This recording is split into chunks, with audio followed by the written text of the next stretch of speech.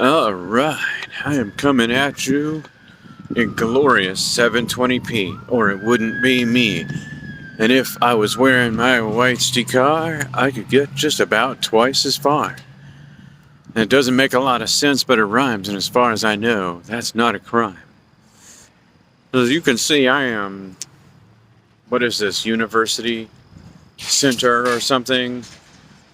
On Old Buncombe Road in Greenville, South Carolina. Not far from Furman University, where I make a lot of my videos, including a lot of videos that I've recorded and not published, and maybe one day I will publish them. But this is just a hop, skip, and a jump away over here. You got the Publix over there. You got a bunch of places I've never been right there. And we got McDonald's right over here. Boy, that new building sure is ugly. I mean, it has all the soul of a Soviet apartment block. In fact, it's worse, in my opinion. We love to rag on the Soviets for building ugly architecture. They sure weren't winning any beauty contests, but, I mean, do we really have the right to say a lot about them when we're building that now? Anyway, let's get on with the show. Why am I walking around in the middle of a parking lot at night ranting about how ugly suburban hell is in a shopping center? Well, one, it's reasonably well lit. All these lights, man, these things are bright. So as you can tell by my phone's camera, I'm pretty well illuminated. And I probably have all kinds of really creepy Orwellian tracking technology following me and scanning me and doing all that stuff, because we're basically in an open air prison. But that's not even what I'm going to rant about.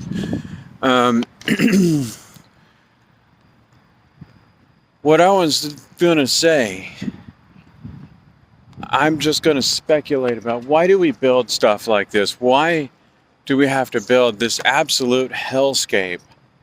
And I can't think of anything else to call it. Oh, there's a UPS store. Maybe I could rent a box there and have mail forwarding there, so I can, operate a business out of my house with an address that isn't my residential address. That's just a thought that literally just popped up in my head, because there's a UPS store there and I hadn't seen it before. Right there. But anyway, yeah, this place is like not winning any beauty contests. Why do we build like this? Why don't we build commercial districts that are like the village squares that we built 100 or more years ago? Back when things not only were beautiful, but also just a lot easier to navigate. Well, here is some of my speculation. Wonderful allergies getting back at me. Here's some of my speculation about all this. Now, there is a lot of online, and I think it may be partially true. The evil car companies and evil oil companies wanted to force people to drive their cars, so they invented this horrible suburban hellscape to force people to get in their cars and drive around. And there probably is some truth to that, but I think there's more to it than that. There's always more to the story than you're being told, and the real villains aren't always the ones you're getting told about. We're told about the oil companies and the car companies. They would be making plenty of money if we lived in traditional neighborhoods with parks and churches and schools and stores in the neighborhoods. People would still want cars, people would still buy cars, and people would still buy gas. So I don't think that's the whole story. Why do we build stuff like this? This hideous, ugly monstrosity with a parking lot the size of, you could literally plant a village or a small town inside some of these parking lots. Why do we do this? So here's my thought, now that I've been alluding to it for a while. Corporate landlords, one of the worst, most parasitic things in human history, own all this stuff. Now, Publix might own that store there. but they might be renting it. But you can bet your bottom dollar that all these other places besides the McDonald's there is rented. And so every one of these stores or restaurants is a tenant, and they're paying some scumbag like Shaw Resources or something else like that, you know, a lot of money to rent one of these storefronts. And it doesn't matter. Just like renting a house, which is a bad deal, especially nowadays because rent is obscenely high. You're never going to own it. No matter how much you pay for it, you're never going to own it. And it's just like that for this. All of these businesses have this kind of like economic burden or financial burden of rent payments. And no matter how long they make those rent payments, they're never going to own that space. And that's why we build like this. Big corporations buy up all this land and build hideous atrocities like this. And if you want to go shopping, this is where you go shopping. So people are kind of forced into places like this. Businesses are kind of forced into places like this because this is where the traffic is. And even though downtowns have experienced some revival after the kind of like ghost townification, I just made up a word, that they experienced in the post-war years after the 1960s, that revival is mostly like expensive boutique restaurants and stores, you know, and even those people are getting ran out because of high rents and corporations and stuff. But a lot of that old downtown retail space used to be owned by the business owner. And a lot of those buildings, especially older buildings, if you see stores in an old city where you have like space above the store, that was like an apartment for the person who, or the family that owned the business. In fact, the priest at St. George, when he was a kid, lived in the upstairs apartment of a restaurant that his family operated. A lot of places like that have been torn down, and a lot of places like that are getting gobbled up by corporations and rented out to people. But businesses are being forced into spaces like this. And so the opportunity to own property and not have the overhead of rent is being taken away from a lot of businesses. Unless you're Walmart or maybe Publix, but they might be renting, I don't know, or McDonald's probably owns that property there. And I'll talk more about that later.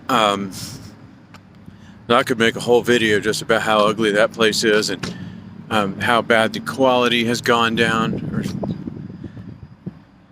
Right now I'm talking about what I think is the real culprit, the real villain in suburban development.